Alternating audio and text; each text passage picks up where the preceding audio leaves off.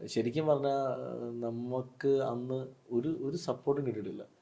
ചില ലൊക്കേഷനിലൊക്കെ പോയി ഇന്ന് രാവിലെ വൈകിട്ട് എന്നിട്ട് കഥ കേൾക്കാമെന്ന് നിർത്തിയിട്ട് ഇപ്പം കേൾക്കുന്നില്ല, പിന്നെ കേൾക്കാൻ തന്നെ വിട്ട സംഭവമൊക്കെയുണ്ട്. ഒരുപാട് ഇൻസൾട്ട് നമ്മൾ അനുഭവിച്ചിട്ടുണ്ട്.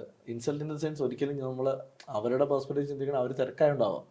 നമ്മൾ ചിന്തിക്കുമ്പോൾ നമുക്ക് നമ്മുടെ കാര്യം മാത്രമേ ഉള്ളൂ. അവരുടെ കണ്ണിൽ കൂടെ നോക്കുവാണെങ്കിൽ അവർ തിരക്കായുണ്ടെങ്കിൽ എന്നെ കാണാൻ പറ്റാവുന്നത്. പക്ഷെ അങ്ങനെ നടന്ന് ലാസ്റ്റ് 2018 ആയപ്പോഴാണ് കഥകൾ പറയാൻ അവസരം കിട്ടുന്നത്. അങ്ങനെ കഥകൾ പറയുന്നു, അങ്ങനെ ഓരോന്നോരോന്നായിട്ട് ഓണാവാനുള്ള ഒരു സാധ്യത വരുന്നു, മുടങ്ങിപ്പോകുന്നു, വീണ്ടും സാധ്യത വരുന്നു, മുടങ്ങിപ്പോകുന്നു.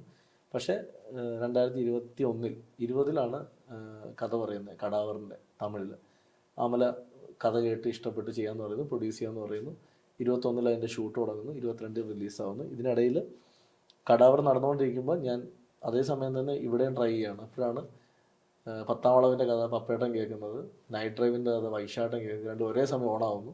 പിന്നെ അവിടെ നിന്ന് ഇങ്ങോട്ട് ഒരു എൻട്രി സിനിമ മാറി.